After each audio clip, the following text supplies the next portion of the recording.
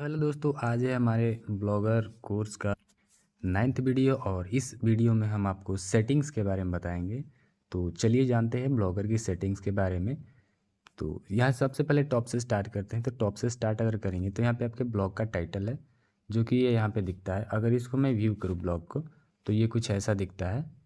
और टाइटल हमारा वो डीके चेक था, वो यहाँ पे देख सकते हैं, यहाँ पे ऊपर शो होता है। ये नॉर्मली आपके आइज मतलब कि आपको शो नहीं होता है। जब आप इसको ऐसे मिनिमाइज़ करेंगे तो यहाँ पे ये शो होता है, जैसे कि चेक ब्लॉग ऊपर लिखा जा रहा है। तो ये टाइटल होता है और यही साइट का नेम भी होता है। ये होता है डिस्क्रिप्शन। और ये दिखता कहाँ है, देखिए यहाँ पे ट्रांसफॉर्म नाम से यहाँ पे है। तो ये किसी किसी में दिखता है और किसी किसी में नहीं दिखता है और किसी किसी में मिसिंग होता है। तो अगर मिसिंग होगा तो उसको कैसे पता करें, आपको आपको चले आना है यहाँ कीवी ब्राउज़र पर और एक एक्सटेंशन लगता है जो जिसका नाम है SEO Meta in one click. इस पे अगर आप टाइप करेंगे तो यहाँ पे आपको दिखा देगा कि आपका डिस्क्रिप्शन ये डला हुआ है। तो किस किसी में जो होता है कि ये मिसिंग होता है, लिखा होता है कि मिसिंग डिस्क्रिप्शन या ऐसा कुछ मेटा डिस्क्रिप्शन। तो यहाँ पे देखिए, यहाँ पे कुछ कुछ मिसिंग है तो इनको भी आप ऐड कर सकते हैं मेटा टैग की मदद से। जैसे कि इसे मेटा टैग होता है, उसमें कंटेंट आपका नेम रहेगा और वहाँ पे नेम उसका ऑथर रहेगा। तो ऐसे कुछ डालते हैं हम लोग, पब्लिशर और ऑथर को भी डाल सकते हैं। और अभी देखिए, अभी यहाँ पे हम चलिए दूसरा बताते हैं। ये डिस्क्रिप्शन हो गया। उसके बाद ये ब्लॉग की लैंग्वेज, अगर आप हिंदी ब्लॉगर है तो मैं आपको प्रेफर करूँगा कि आप हिंदी लैंग्वेज सेलेक्ट करें, लेकिन हमारे लिए इंग्लिश ब्लॉगिंग है तो इससे चलिए इस पर उसी पे रहने देंगे। ये है एडल्ट कंटेंट। अगर आपकी साइट कोई एडल्ट कंटेंट टाइप की है या कुछ वल्गर चीज़ें आप प्रोवाइड कराते हैं तो आप इसको ऑन कर सकते हैं। इसको ऑन करने से एक वार्निंग आएगी विजिट करने से पहले, जैसे कि क्लाउडफ्लेयर में आता है एक्सेप्ट करके घुसने के लिए।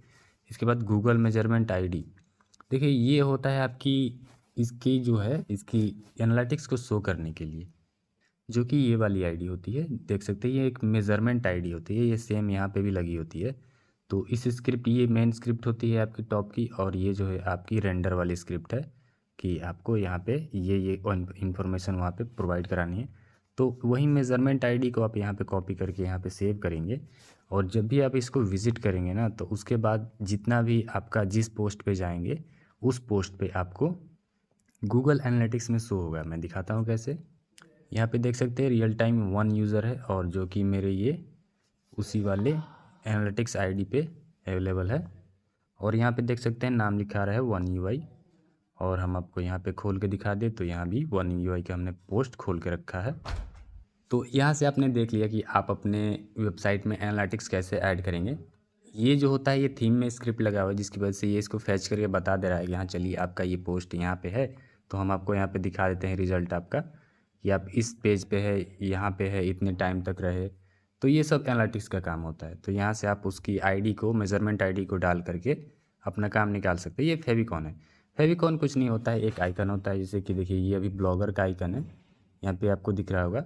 और इसमें भी ब्लॉगर का ही आइकन मेरे को दिख रहा है। तो अभी इसके होम पेज पे जाता हूँ और इसके लिए कोई अच्छा सा आइकन चूज़ कर लेता हूँ। तो हम यहाँ से एक कस्टम हमने बना लिया है PNG, इसको हम सेव करते हैं। ये हमारे डीके टेक्नोजोन का एक छोटा सा फेविकॉन है जिसको हमने 128x128 px पर करके बनाया है। अब देखिए ये तो हमने कर दिया। अब इसको हमें कुकीज़ को क्लियर करना पड़ेगा ताकि हमारा आइकन जो है यहाँ पे शो हो जाए। तो चलिए इसको रिफ्रेश करते हैं। कई बार होता है कि हिस्ट्री डिलीट करना पड़ता है, तो देखते हैं यहाँ पे नहीं दिखा रहा है। तो चलिए हिस्ट्री को डिलीट करके आते हैं। जैसे हमने हिस्ट्री को कर दिया है क्लियर, और इसको फिर से हम कुकीज़ को क्लियर करेंगे और फिर इसे रिफ्रेश करेंगे और इसको डेस्कटॉप करके देखेंगे कि हमारा आइकन चेंज हुआ कि नहीं। देख सकते हैं यहाँ पे आइकन हमारा लग गया, जो कि ब्लॉगर का पहले डिफ़ॉल्ट था। यहाँ पे देखिए मैंने बैक कर दिया। तो ऐसे आप फेव आइकन लगा सकते हैं। देख सकते हैं यहाँ पे एक आइकन आ गया, पहले ऐसे ब्लॉगर का था तो अब यहाँ पे एक आइकन आ गया। तो ये काम हमारा हो गया आइकन का भी, कि कैसे आपको साइट का आइकन लगाना है। और वो साइट का आइकन आपका यहाँ भी दिखता है। जैसे कि मैं डीके टेक्नोजोन सर्च करता हूँ तो देख सकते हैं यहाँ पे आइकन दिख रहा है ना, तो वही वाला हम आइकन वहाँ से लगाते हैं। तो ये हो गया हमारा आइकन लगाने का। ये है विजिबल टू सर्च इंजन। इसको अगर टिक करेंगे, इसको अगर अनटिक कर देंगे तो आपकी साइट जो है डी इंडेक्स हो जाएगी गूगल से। तो इसको हरदम टिक रखिए। ये आपका ब्लॉग एड्रेस है। अगर आप चाहे तो अपने ब्लॉग का URL चेंज कर सकते हैं, तो मैं इसको नहीं करूँगा। कस्टम डोमेन है, अगर मेरे को लगानी होती है www, यहाँ से चाहे तो हम यहाँ पे कस्टम डोमेन यहाँ पे www करके मैं किसी भी अगर डोमेन को यहाँ पे डालना चाहूँ तो यहाँ से सेव करके और उसको मैं उसका सीनेम रिकॉर्ड अपडेट करके उसको मैं यहाँ पे लगा सकता हूँ। जैसे कि हमारा एक नॉर्मल सा साइट है तो उसको हम कस्टम डोमेन के साथ खोलते हैं। ये भी एक कस्टम डोमेन है लेकिन सब डोमेन है, तो आप उसको खोल सकते हैं। तो यहाँ से अब आप डोमेन लगा सकते हैं। अगर आपको डोमेन अपनी साइट में लगाना है तो यहाँ पे आपको एक रिकॉर्ड मिल जाता है। सेम रिकॉर्ड होता है, एक ये सेम रिकॉर्ड होता है हर हर वेबसाइट के लिए, और ये आपका एक अलग होता है। तो इसको आप लगा करके सीनेम रिकॉर्ड को अपडेट करके ये डोमेन अपनी साइट पे लगा सकते हैं। तो ये एक नॉर्मल सी प्रोसेस है। इसके लिए आप यूट्यूब वीडियो भी बहुत सारी इसमें मिलेंगी, उसको आप सीनेम अपडेट करके अपनी साइट में डोमेन लगा सकते हैं। ये दो ऑप्शन आपको डोमेन ऐड करने के बाद ओपन होती हैं। मतलब कि अगर आपका डोमेन लगा होगा तो उसको रीडायरेक्ट करने के लिए www पे ये वाला ऑप्शन आपको टिक ऑन करना पड़ता है। और यहाँ पे आपका HTTPS ये सारी डोमेन के लिए फ्री में मिलता है। तो आप जब यहाँ पे डोमेन लगाएंगे तो आपको वो फ्री में मिल जाएगा। वहाँ से आप SSL सर्टिफिकेट ले सकते हैं, 1 मिनट में आपका रेडी हो जाता है। उसके बाद ये ब्लॉग परमिशंस, अगर आप चाहे तो किसी और को अपनी ब्लॉग पे इनवाइट कर सकते हैं अपनी ब्लॉग को डिज़ाइन करने के लिए, एडिट करने के लिए या पोस्ट लिखने के लिए। तो उसके लिए आपको थर्ड वाला ऑप्शन चूज़ करना है। मतलब इसमें आपका ईमेल डालना है उस बंदे का जिसको आपको इनवाइट करना है। तो ऐसे मैं ईमेल डाल दूँगा। तो मैं डाल देता हूँ एक ऐसे, यहाँ पे दिख रहा है सेटिंग सेव्ड और ये जो है पेंडिंग ऑथर में चला गया। तो अब मेरे को एक ईमेल आएगा जिसमें मेरे को ये लिंक आएगा कि अगर आप इस ब्लॉग को हैंडल करना चाहते हैं तो आप इस लिंक पे क्लिक करके आप इसको हैंडल कर सकते हैं। मैं आपको दिखाता हूँ। यहाँ पे आप देख सकते हैं एक इनविटेशन आ गया है। अगर मैं इसको एक्सेप्ट करूँगा तो यहाँ पे मैं इसको ब्लॉग को ज्वाइन करूँगा, जो कि मेरा ये वाला ब्लॉग है, आप देख सकते हैं। तो उसको मैं एक्सेप्ट करूँगा और यहाँ से आप देख सकते हैं कि वो वाला ब्लॉग जो है मेरा यहाँ पे TK चेक नाम का यहाँ पे आ गया है। लेकिन इसमें एक प्रॉब्लम आएगी कि इसको मैं इसके थीम को एडिट नहीं कर पाऊँगा। केवल यहाँ पे मैं पोस्ट कर सकता हूँ प्लस करके, मतलब ऑथर हूँ, केवल पोस्टिंग के लिए मैं अब यहाँ पे मतलब कि एलिजिबल हूँ। तो इसको एडमिन बनाने के लिए आपको चले जाना है आपके क्रोम पे और यहाँ पे देखेंगे तो ब्लॉग एडमिन और ऑथर में यहाँ पे एक आ रहा है जो कि अभी ऑथर है, जो कि केवल पोस्ट कर सकता है और आपकी पोस्ट को देख सकता है। यहाँ पे एडमिन पे स्विच करेंगे और इसके बाद इसको सेव करेंगे। एडमिन बन जाने के बाद वो बंदा अगर चाहे तो आपको भी अपने ब्लॉग से रिमूव कर सकता है। देखिए यहाँ पे मैं अगर इसको रिफ़्रेश करता हूँ तो रिफ़्रेश करने के बाद यहाँ पे देख सकते हैं थीम को भी मैं एडिट कर सकता हूँ। और मैं चाहूँ तो अपने पिछले ब्लॉगर्स जो जिसने मुझे इनवाइट किया है, मैं चाहूँ तो इसको यहाँ से डिलीट भी कर सकता हूँ। तो ऐसा अगर आप किसी को दे रहे हैं तो उस पर थोड़ा सा आपको विश्वास होना चाहिए कि किसी को अगर आप दे रहे हैं अपने ब्लॉग का एक्सेस, फुल एक्सेस, तो आपको ध्यान रखना चाहिए आपका जो है ये डोमेन आपके पास होना चाहिए। उसके बाद सारा 2 स्टेप वेरिफिकेशन लगा होना चाहिए, वरना आपका ये जो है चला जा सकता है। तो अगर आपको विश्वास किसी पे नहीं है तो आप इसको कभी भी ट्रांसफ़र ना करें, पूरा एडमिन का एक्सेस ना दें और आगे भी नहीं देगा। चलिए अब नीचे जाते हैं। यहाँ है रीडर एक्सेस। अगर आप चाहें तो अपने ब्लॉग को प्राइवेट कर सकते हैं। इसके बाद से आपका ब्लॉग कोई नहीं देख पाएगा। जैसे देख सकते हैं कि वो वाला काम कर रहा है मेरे पे। यहाँ पे आप देख सकते हैं ये प्राइवेट हो गया है। अब पता नहीं ये मेरा लॉगिन है फिर भी इसमें प्राइवेट क्यों दिखा रहा है। तो चलिए इसको मैं पब्लिक कर देता हूँ। प्राइवेट कर देने पे कुछ ऐसा दिखता है कि केवल इनवाइटेड यूज़र को ही ये देखने को मिलेगा। और इनवाइट कहाँ से करते हैं, यहाँ से करते हैं पोस्ट के नोटिफिकेशन के लिए। यहाँ से, हाँ, यहाँ से कर सकते हैं इनवाइट और इन्हीं बंदों को केवल दिखेगा आपका ब्लॉग और किसी को नहीं दिखेगा। कुछ ऐसा दिखेगा। अभी रिफ़्रेश करेंगे तो हमारा पेज नॉट फाउंड, 1 मिनट, हाँ खुल गया हमारा ब्लॉग पेज। तो ऐसे आप करके थोड़ी सी आपका सिक्योरिटी इसको इंक्रीज़ कर सकते हैं।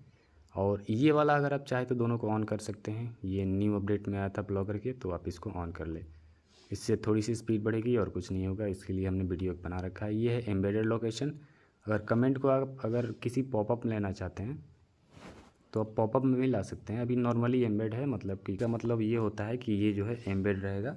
आप यहाँ पे मेन पेज से ही कमेंट कर सकते हैं। अगर आप चाहे तो यहाँ पे लगा सकते हैं लॉजिक कि केवल गूगल अकाउंट से लॉगिन होने वाले आदमी यहाँ पे करें, नहीं तो इस पर करेंगे तो केवल आपके सब्सक्राइबर जो होंगे ब्लॉग के वो कर पाएंगे। और इस पर करेंगे तो कोई भी आयर वगैरह आके आपकी साइट पे कुछ भी लिख के चला जाएगा। तो मैं इसको प्रेफर करता हूँ। और कमेंट मॉडरेशन को हरदम ऑलवेज रखें, सम टाइम रखेंगे। कोई भी पोस्ट करेगा टेक्स्ट वो पब्लिश हो जाएगा, लिंक करेगा वो आएगा तुम्हारे मतलब मॉडरेशन में। तो नेवर का भी मत रखिएगा, ऑलवेज करके इसको हरदम सेव रखिए। ताकि कोई भी बंदा कमेंट करे तो सबसे पहले आपके लिए अप्रूवल के लिए आए, उसके बाद आप उसको पढ़ के अप्रूव कर दो कमेंट को। इन दोनों का कोई यूज़ नहीं है तो इसको हम क्या बताएं, छोड़ो। ये रीडर कमेंट कैप्चा के लिए है, मतलब ये तो अभी ऑन नहीं है, लेकिन जब बंदा अभी नेक्स्ट पेज पे जब जाता है, यहाँ से नेक्स्ट पेज शायद करने पे ये ऑन हो जाए। हाँ देखिए ये ऑन हो गया। तो अगर दूसरे पेज से जाके अगर कमेंट करता है, दूसरे पेज से पॉपअप होके, तब वहाँ पे आएगा I am not a Robert करके, तो ये आता है। तो उसके लिए मैं इसको एम्बेडेड रखता हूँ, इसको क्या मेरे को यूज़ करना है। अगर आप चाहे तो यूज़ कर सकते हैं, अगर आप नेक्स्ट पेज पे से कमेंट लेना चाहते हैं साइट पे। तो पोस्ट बाय यूजिंग ईमेल, अगर आप किसी ब्लॉगर या किसी भी बंदे को ऑथर नहीं बनाना चाहते अपनी साइट पे, तो और वो बंदा अगर आपकी साइट पे अगर पोस्ट करना चाहे, तो जब भी वो आपको इस ईमेल पर भेजेगा, मतलब कि जब भी कोई पोस्ट लिखकर इस ईमेल पर जब आप यहाँ पे कुछ भी डालेंगे, इस ईमेल पे आपको भेजेगा, तो ऑटोमेटिकली वो आपके पोस्ट यहाँ पे ड्राफ्ट्स में आ जाएंगे और आप उसको पढ़ के देख के उसको पब्लिश कर सकते हैं। ठीक है, तो मैं अभी ये नहीं करता हूँ, इसको करने का मेरे का मतलब नहीं है यहाँ पे। ठीक है, तो अगर आपको ईमेल से पोस्ट लेने हैं तो कर सकते हैं। तो मैं बोलता हूँ कि इसका यूज़ नहीं करें, क्योंकि ईमेल में उतनी फॉर्मेटिंग नहीं होती। बंदे को इनवाइट कर दो ऑथर के रूप में, वो आपके पोस्ट मतलब आपकी साइट पे आके कमेंट या पोस्ट कर देगा, मतलब लिख देगा।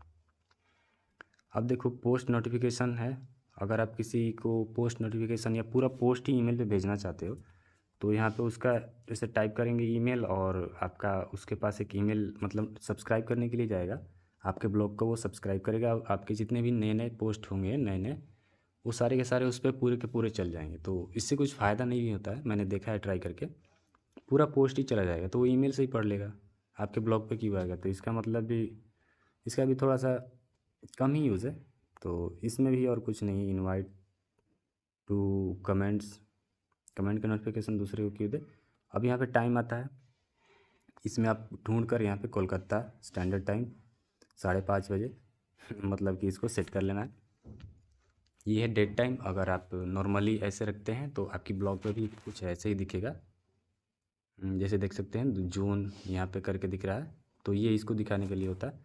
अगर मैं इसको करके क्या करूँ, मैं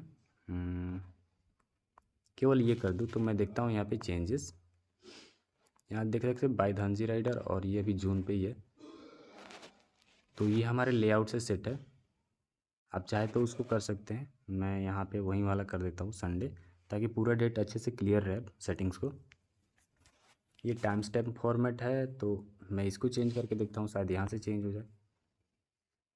हाँ यहाँ से देखो ये चेंज होता है, मेरे को लगा कि ऊपर वाले से होता है।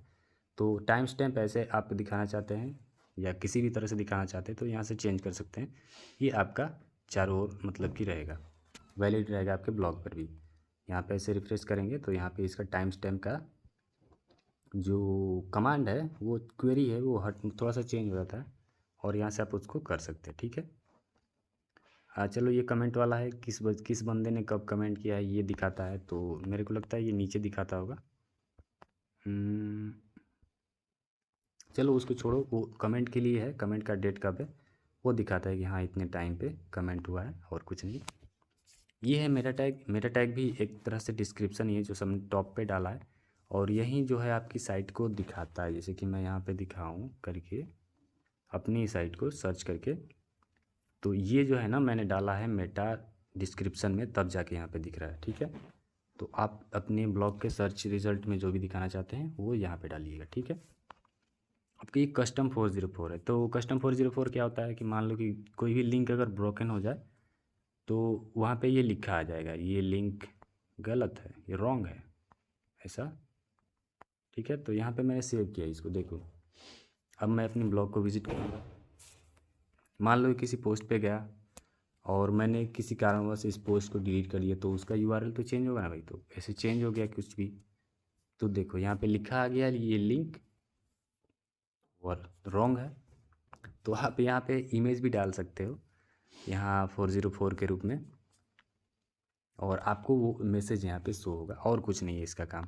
ये कस्टम 404 क्या है, मान लो कि मैं चाहता हूँ कि ये जो लिंक 404 होगी है उसको मैं होम पेज पे रीडायरेक्ट करना चाहता हूँ, तो ये बड़ी काम की चीज़ होती है। यहाँ से पकड़ो, 1 मिनट, हमने यहाँ से पकड़ना है, अपनी डोमेन को इग्नोर करना है, और यहाँ से डेट से पकड़ना है और ऐसे स्लाइड करके पूरा ये जो है HTML तक हम यहाँ से यहाँ तक कट कर लेंगे। और मैं दिखाता हूँ कैसे होम पेज पे डालना है। कस्टम 404 पे जाएंगे, ऐड पे जाएंगे, यहाँ हमने ये वाला लिंक डाला और नीचे हम डालेंगे केवल स्लैश। इसको पहले यहाँ पे परमानेंट करके ओके करेंगे, देखेंगे कि हो गया कि नहीं हमारा। तो ये डिफ़ॉल्ट रूप से एक एक्स्ट्रा ऐड कर देता है, तो देख लेंगे सबसे पहले एक्स्ट्रा तो नहीं है। देखिए यहाँ पे एक एक्स्ट्रा आ गया है, तो इसको मैं कट करूँगा। हाँ, अब ये ठीक है। अब मैं इसको सेव करूँगा। अब मैं देखता हूँ कि ये होम पेज पे जाता है कि नहीं। उप्स, कुछ तो प्रॉब्लम होगी लगता है मेरे को। इसको एडिट करते हैं। ठीक तो है यार, ये तो ठीक था। इसको लगता है इसको ऐसे करना पड़ेगा। और ये शायद 404 नहीं था, इसीलिए नहीं गया। मेरे को लगता है कि 2 स्लैश लगा दिए मैंने। अभी तो 404 ही दिखा रहा है यार, क्या कर रहा है ये। एडिट करते हैं फिर से और इसको रिमूव करते हैं। फिर से यहाँ पे 2 स्लैश पता नहीं कैसे आ जा रहे हैं, इसी की वजह से ये दिक्कत हो रहा है। तो कोई नॉर्मल 404 लिंक हो तो आप उसको कैसे करना है, आपको 2020 से करके उसका लिंक यहाँ पे डालना है और सबसे फर्स्ट में भी एक लगा देंगे और वहाँ पे एक एक्स्ट्रा ऐसे करके परमानेंट करके सेव करेंगे। यहाँ पे भी 2 स्लैश लग जा रहे हैं, पता नहीं क्यों। एक स्लैश लगेगा तब जाके ये होम पेज पे रिडायरेक्ट होगा, लेकिन ये 2 स्लैश लग जा रहा है, पता नहीं क्यों मेरे को ये क्या हो रहा है। चलिए मैं दिखाता हूँ इसका एग्जांपल। रिसेंटली मेरे DK टेक्नोजोन के बहुत सारे URL जो है 404 हुए थे, तो मैं देखो यहाँ पे भी यार मैंने नहीं लगा के रखा है। तो कहाँ लगा के रखा है? मैंने लगा के रखा है इसको अपने पुराने वाले साइट में शायद। तो मैं नीचे जाता हूँ और यहाँ 404 देखता हूँ। देखो 43 रीडायरेक्ट है। ये देखो, ये जो है ये असली एग्जांपल है। इसमें मैंने 2 में कुछ नहीं डाला है, लेकिन डिफ़ॉल्ट रूप से एक स्लैश आ गया है। तो आपको ऐसे डालना है, आपको यहाँ पे भी स्लैश नहीं लगाना है। ये आपका स्लैश यहाँ पे लगा हुआ है और ये मेरा होम पेज पे डिट्टो एकदम रीडायरेक्ट कर देता है। बहुत सारे पोस्ट को मैंने नई नई लिंक्स पे यहाँ पे रीडायरेक्ट किया हुआ है। तो आप इसका ऐसे यूज़ कर सकते हैं। मैं देखिए कितने सारे लिंक्स को मैंने यहाँ पे लगाया हुआ है। देखिए पुरानी पुरानी पोस्ट को न्यू पोस्ट पे यहाँ पे थोड़ा सा लिंक का चेंज होने के चलते मैंने उसको रीडायरेक्ट कर दिया। तो आप वहाँ से कर सकते हैं ऐसे।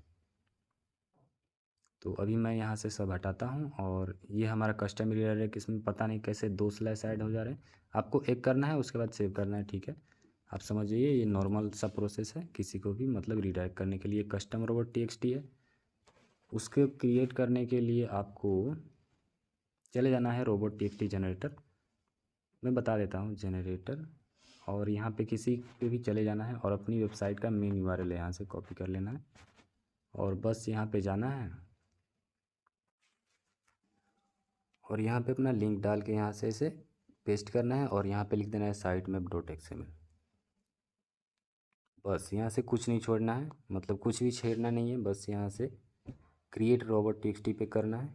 यहाँ पे हो गया हमारा क्रिएट। ये देखिए डिसअलाउ में ये रखा हुआ था, तो हम चाहते हैं भैया कि हमारी बिंग में भी कहीं भी दिखे। अब क्रिएट करेंगे, होगी क्रिएट। अब देखो ऊपर वाला करो ना करो, नीचे वाला ऐसे कॉपी करो। ज़रूरी नहीं है कि उन साइट का नाम आप यहाँ पे रखो, पेस्ट करो और सेव कर दो, हो गया तुम्हारा काम। अगर आप डिसअलाउ करना चाहते हैं सर्च को, तो आप यहाँ से ऐसे करके और यहाँ पे सर्च ऐसे टाइप कर देंगे, ऐसे लिख के सर्च। अगर आप लेवल कैटेगरी वाले को डिसअलाउ करना चाहते हैं तब के लिए बात है। इसके लिए मतलब कुछ कुछ जो लिंक्स है इसके चलते आपके जो गूगल सर्च कंसोल है उसमें दिखाएगा कि ब्लॉक बाय रोबोट TXT। तो ये अच्छा होता है, ये वाला फॉर्मेट भी अच्छा है, आप सर्च को डिसअलाउ कर सकते हैं। उसके बाद होम पेज का टैग आता है, तो यहाँ पे देख लो ऑल नो DP पे सिलेक्ट होता है। इसके बाद ये तुम्हारा नो इंडेक्स नो DB पे सिलेक्ट होता है। अरे यार इस पर नहीं सिलेक्ट है, तो ये जो आर्काइव वाला है इसको पहले हम करेंगे नो इंडेक्स और नो DP। ये तुम्हारा मेन पेज जो होता है ब्लॉग पोस्ट का वो वाला होता है, तो उसको तुम नहीं भी शो कराओगे। जो एडमिन पैनल होता है वो होता है, और ये होता है पोस्ट एंड पेजेस के लिए जो कि हम लिखते हैं, तो उसके लिए ऑल और नो DP करके रखना।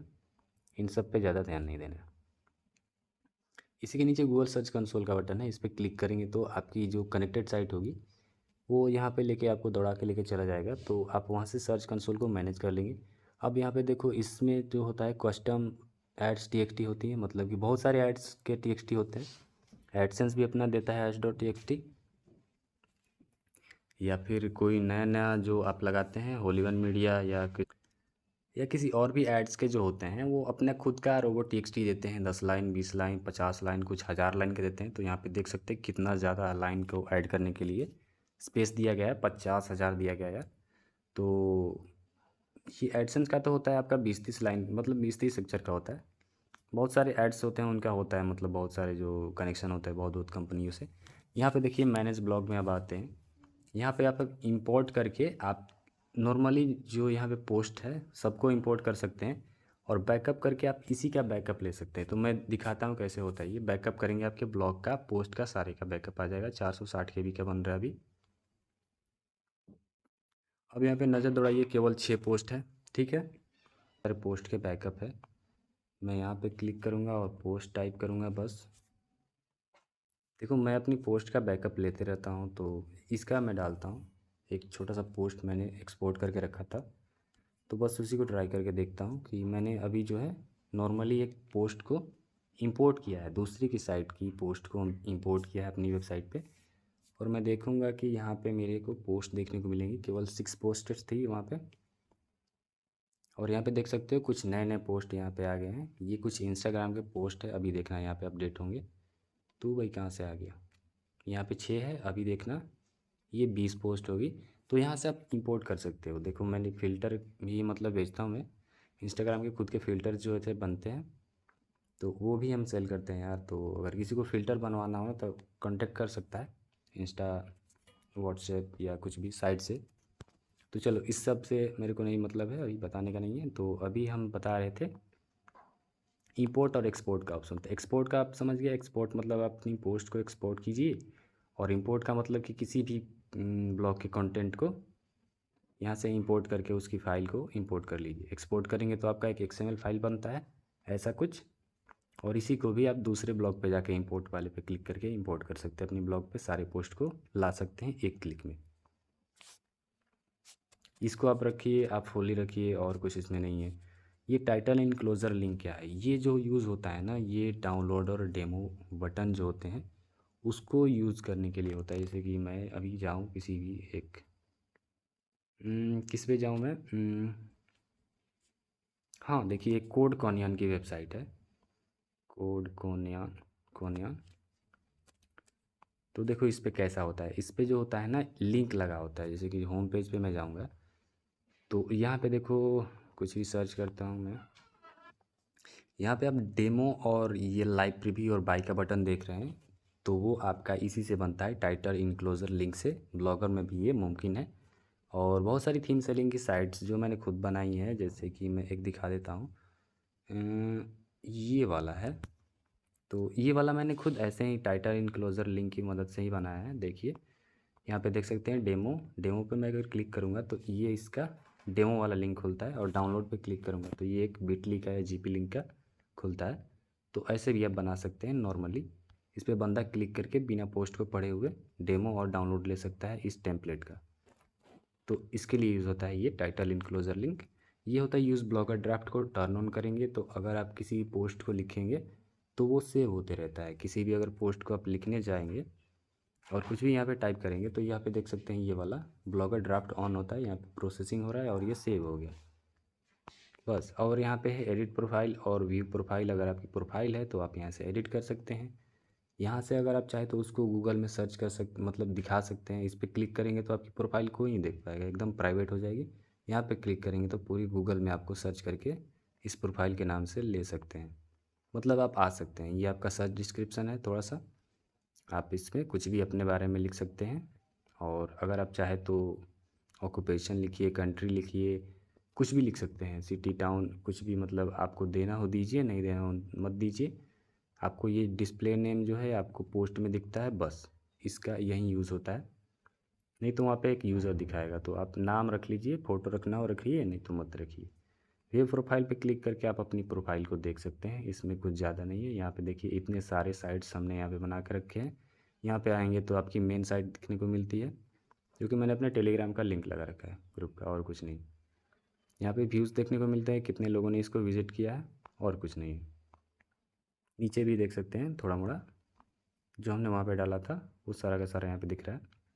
और ये ब्लॉगर यूज़र ड्राफ्ट का देखिए मैं दिखाता हूँ, यहाँ पे सेव हो गया होगा मेरा। मैं इस पर जाऊँगा तो देख सकते हैं यहाँ पे वो टेक्स्ट सेव है।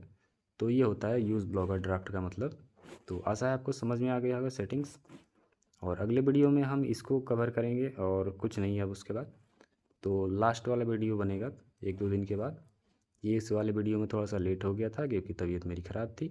अगर वीडियो आपको अच्छा लगा हो तो इसको लाइक कीजिए, सब्सक्राइब कीजिए। लास्ट वीडियो है, इसको दोस्तों के साथ शेयर कीजिए इस ब्लॉगर मास्टरी कोर्स को। थैंक्स।